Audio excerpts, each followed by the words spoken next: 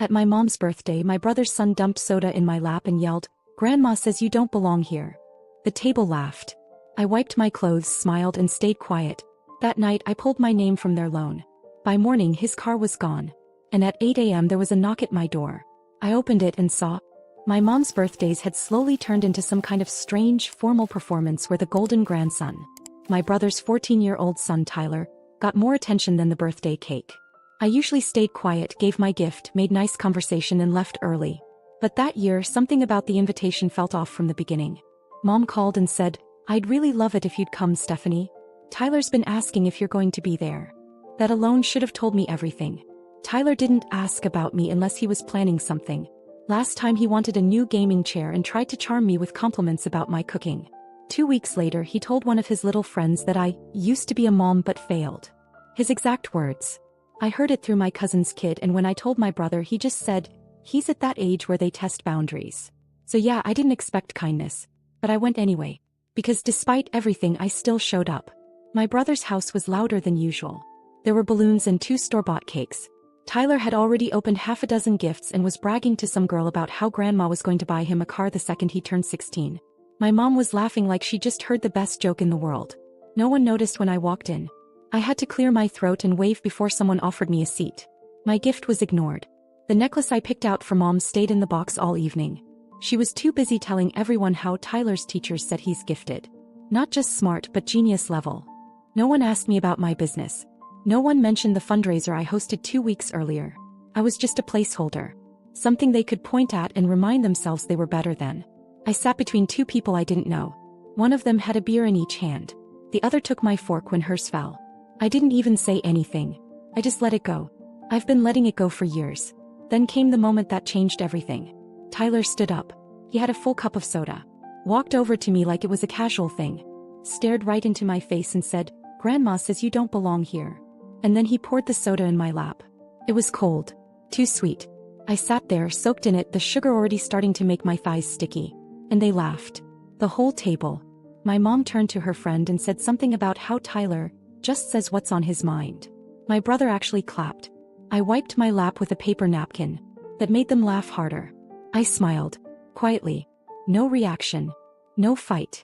I just sat there like I didn't feel humiliated. But inside something started turning. It wasn't sadness. It wasn't even anger. It was clarity. They didn't want me there. They never had. And now they made that clear enough for even me to stop pretending. I waited 5 more minutes. Excused myself like nothing happened. Got in my car. Drove home. Opened my laptop. My brother had been relying on a family business loan for over a year. He'd begged me to co-sign because Mom guilt-tripped him, and I was still in a haze of grief at the time. My name was on everything. I had power I'd never used. Until that night. I withdrew my name. Froze the account. He wouldn't find out until the bank called in the morning. And when he did, the car parked in front of their house, the one they bought just 3 months earlier, was towed by 7:45 a.m.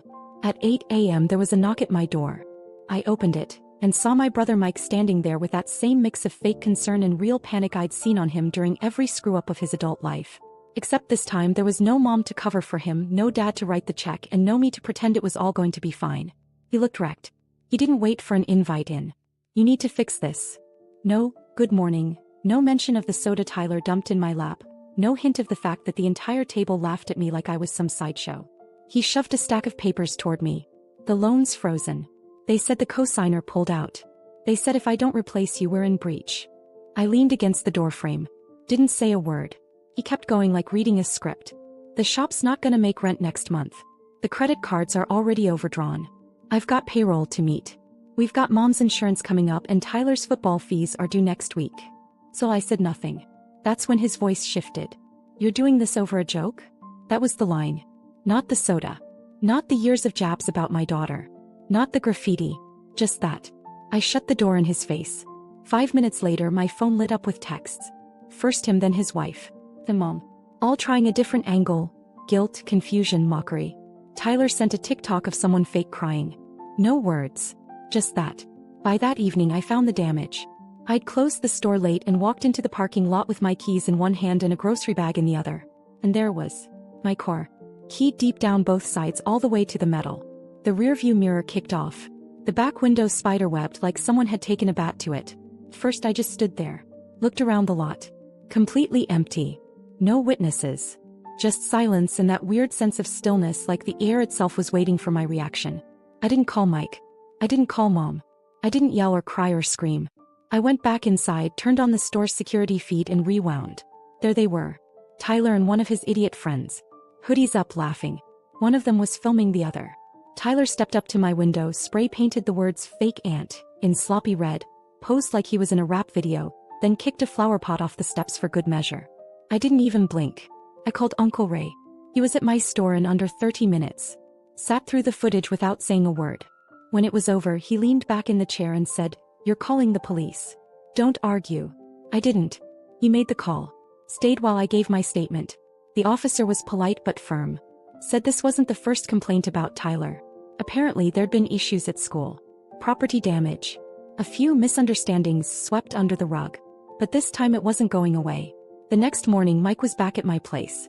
Not knocking this time. Just standing across the street, pacing like he was waiting for a miracle. When he realized I wasn't coming out, he started yelling. I couldn't hear all of it, but I caught pieces. Words like traitor, heartless, and "you'll regret this." Then my mom called. She left a voicemail saying, "I don't know what got into you. You're letting money come between family. Over what? Some childish prank." She still didn't get it. None of them did. It wasn't about the soda. It wasn't about the window. It wasn't even about the loan. It was the years. Of being treated like I was a guest in my own bloodline. Of being tolerated, not loved. He's not appreciated. It was a slow build, a quiet erosion. They thought because I didn't explode I wasn't paying attention. They thought I would break. Instead, I watched the cracks form in their foundation for once. And I wasn't done yet. The official charges came through a few days later. Vandalism, trespassing, and property damage. Since Tyler was a minor, the cops had to loop in my brother and his wife. The footage made it easy. Too easy, honestly. There was no room for denial. No, maybe it wasn't him. I didn't celebrate. I didn't feel triumphant. I just opened the store like usual, swept up a few leaves outside and got back to work. But the phone started ringing more. Customers told me my brother had been going around saying I faked the whole thing. That I edited the footage. One of my vendors even got a visit from my mom, who warned him I was unwell and probably headed for another breakdown. I didn't respond. Instead, I sat down and made a list of everything they were tied to, everything I'd once handed over with trust. First was the business loan already frozen. Next was the lease agreement. My brother's second location? I co-signed that too. Then there were the accounts I set up to help his wife launch her Etsy boutique. The PayPal, the Stripe, the tax ID.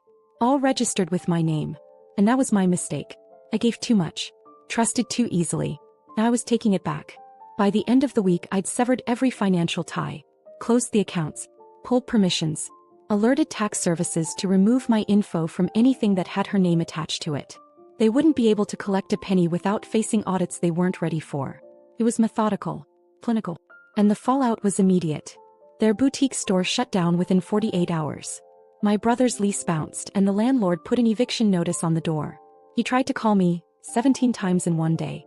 Left voicemails that went from pleading to threats to something that almost sounded like crying. Mom called again too. This time her tone had changed. She told me I was tearing the family apart. That Dad wouldn't want this. Funny, considering Dad was the only one who ever treated me like a partner instead of a backup plan. And that's when it hit me. They thought what they built was theirs. They acted like I was lucky to be part of it. But the truth was, it had all been mine from the start. My effort. My name. My backing. My risk. They never respected that because respecting it would mean acknowledging I had power. And they hated the idea of me holding anything they couldn't control. So they lashed out. One night I came home and found the front window of my store smashed again. This time they didn't even bother hiding it. A rock sat on the floor with a note rubber banded to it. One line. "You'll be alone forever." It didn't scare me. It didn't even make me angry. I picked up the rock, taped the note to the wall inside my office and called Uncle Ray again. He came the next morning with a lawyer. Said we were pressing full charges this time, and if the court asked for emotional damages, we'd go for that too. I didn't argue. I didn't hesitate. Because now this wasn't just about a birthday party or a soda stain or a broken window. This was about finally drawing a line in permanent ink. They weren't family anymore. They were just people with my last name. The court date was set. Tyler was being charged as a minor, but the civil suit wasn't just about him anymore. It was also about the damage to my store, my car, and now because Uncle Ray wouldn't let anything slide, the harassment. We had the video. The note. witnesses, and a very good lawyer. I expected things to get quiet while they panicked behind the scenes. But that's not what happened. 2 mornings later I got a voicemail from an unknown number. I almost deleted it assuming it was more junk. But something made me listen. The voice was unfamiliar, young and nervous. She said her name was Hannah. Then she said she used to work for Mike at his second shop, the one that had shut down a few days after I pulled my name from the lease. She said she didn't know what was going on at first. But when she heard about the lawsuit, something started bothering her. She'd overheard a conversation weeks earlier. Mike was talking to his wife about making her look unstable. She didn't know who he meant at the time. Now she did. And then she said it. He smashed the second window himself. I called her back immediately. She picked up after a few rings, voice shaking. Said she was done staying quiet. Said she had texts, receipts. She didn't want to be part of their mess, but she couldn't sit with it anymore either. I gave her the lawyer's info. She sent over everything. That same night, another woman reached out. Said she used to help Mike's wife with her online boutique. She'd seen fake invoices with my name on them, sent to vendors written up like I was a co-partner. All lies. She said they used my name to secure supplier deals, get early shipments, and even for a refund scam once. Then a third woman messaged my store's Instagram account. Same story. More dirt. I sent it all to Uncle Ray. By the next morning, the case had evolved from a petty vandalism dispute into something far more serious. Fraud. Misrepresentation. Identity misuse. Our lawyer filed amendments to the original claim within hours. They weren't ready for that. And I thought for a second that they'd back down. Maybe apologize. Maybe go quiet. But they didn't. They doubled down. Late that night I heard a noise outside. I checked the camera feed from my phone. There they were. Mike, his wife, and my mom. Standing in front of my store. Not moving. Just staring in through the glass like they were waiting for something. Then Mike took out his phone. And started live streaming. I watched it in real time. He called me a parasite. Said I was milking my daughter's death for attention. Said I was trying to destroy the family legacy. Said I was unstable and needed help. All while my mother stood silently behind him, her arms crossed, not saying a word. Not stopping him. They didn't realize I was watching from the apartment upstairs. I didn't go down. I didn't yell or confront them. I just called the police and emailed the live stream to our lawyer. It was taken down within an hour, but not before someone screen recorded it and sent it to a local news blog that loved messy family drama. They ran the headline, "Family Feud Turns Legal, Livestream Meltdown Adds Fuel to Fire." The next day people started showing up to the store. Strangers. Some regulars. A few asked if I was okay. A few just came to buy things and said, "Good for you." One woman left a note that said, "You handled this better than most would." And all I did was work. Quietly. While the fire spread behind me. Mike and his wife were hit with a court summons 2 days later. Fraud. Defamation. Damages. The whole thing. Their lawyer tried to negotiate. Said they'd be willing to resolve it privately if I just dropped the public claims. I didn't even respond. I let my lawyer handle it. Because what they never understood was that this wasn't revenge. This wasn't payback. This was survival. And they were the ones who lit the match. Court was set for a Thursday morning and I barely slept the night before. Not because I was nervous, but because I wanted it over. I wanted it settled. I wanted to walk in with the truth and leave with my life fully severed from theirs. I got there early. Uncle Ray was already waiting out front, sipping coffee like we were just heading to a hardware store. Calm, focused. He didn't say much, just handed me a copy of the paperwork the lawyer had filed the night before. The final amendment with all the exhibits attached. 7 in total. When Mike walked in he looked rough. Tie crooked. Red under his eyes. His wife was behind him, whispering something and checking her phone like she was trying to distract herself. They sat 2 rows ahead of us. Neither of them looked back. My mom wasn't there.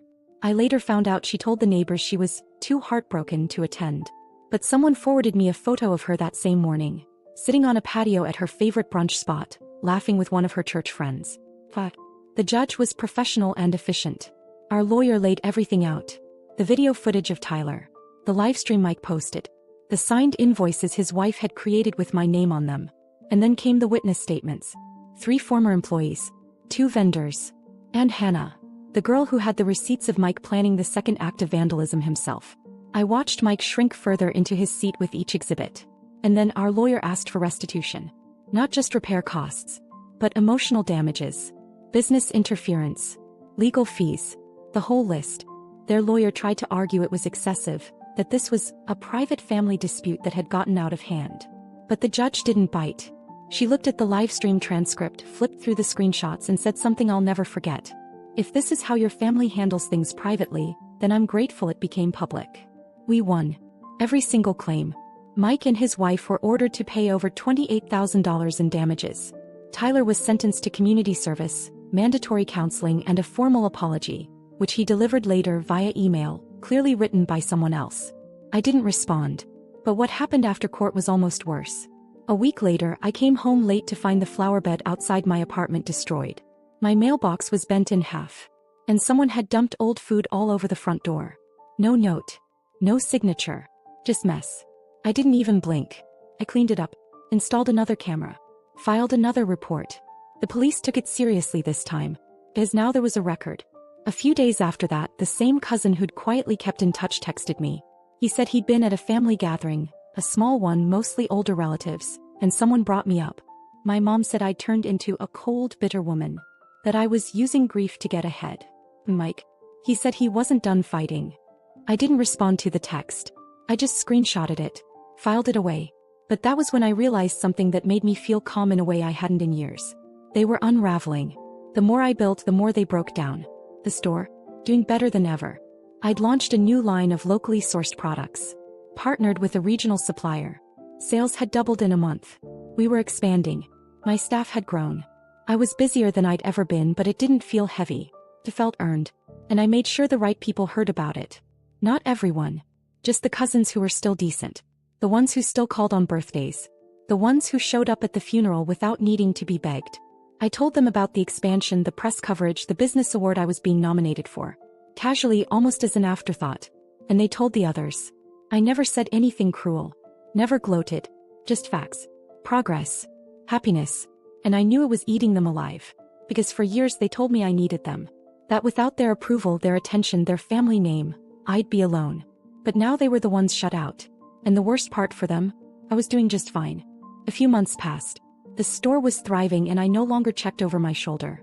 The cameras were still up, the locks still reinforced, but that sense of edge, the constant tension, had dissolved. Peace wasn't loud. It was quiet. Like waking up and realizing the buzzing in your head has finally stopped. I hadn't heard from my brother since court. His wife unfollowed me on every platform. Tyler vanished from the internet, or maybe they just made his accounts private. Either way, their silence felt more strategic than remorseful. My mom never called again. Not once. But I still heard things. Always through other people. An older cousin told me Mike had tried to start another business, but no one would back him. Word had spread, quietly but wide enough. Suppliers didn't trust him. Landlords wanted co-signers. Even their church, once blindly loyal, had grown distant after the live stream. They were stuck. The damage they caused was no longer just to me. It was on their names. Their reputations, their finances, and the best part? I never needed to fight dirty. Everything I did was by the book. Every document, every statement, every withdrawal from the loan or lease, all within my rights. They had thrown mud. I handed the judge a file. But there was one moment, unexpected and oddly satisfying, that really sealed it for me. It was a Sunday. The store was closed. I was cleaning up after a private event we'd hosted. A small local showcase, women-owned businesses, lots of laughter and food. One of the new girls I'd hired was sweeping when she paused and said, "Some lady was standing outside earlier, just staring in, dressed up like she came from church." I checked the camera feed. It was my mom. She stood there for maybe 5 minutes. Didn't knock. Didn't come in. Just stared through the glass, like she couldn't believe what she was seeing. Like she expected the place to be closed. Abandoned. Or maybe she expected to see me struggling. Alone.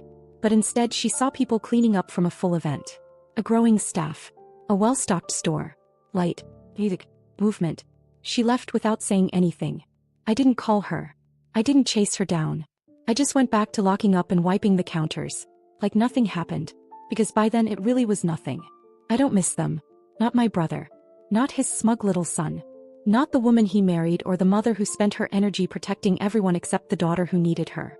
I don't miss the forced smiles or the small talk or the silences that always felt loaded with judgment.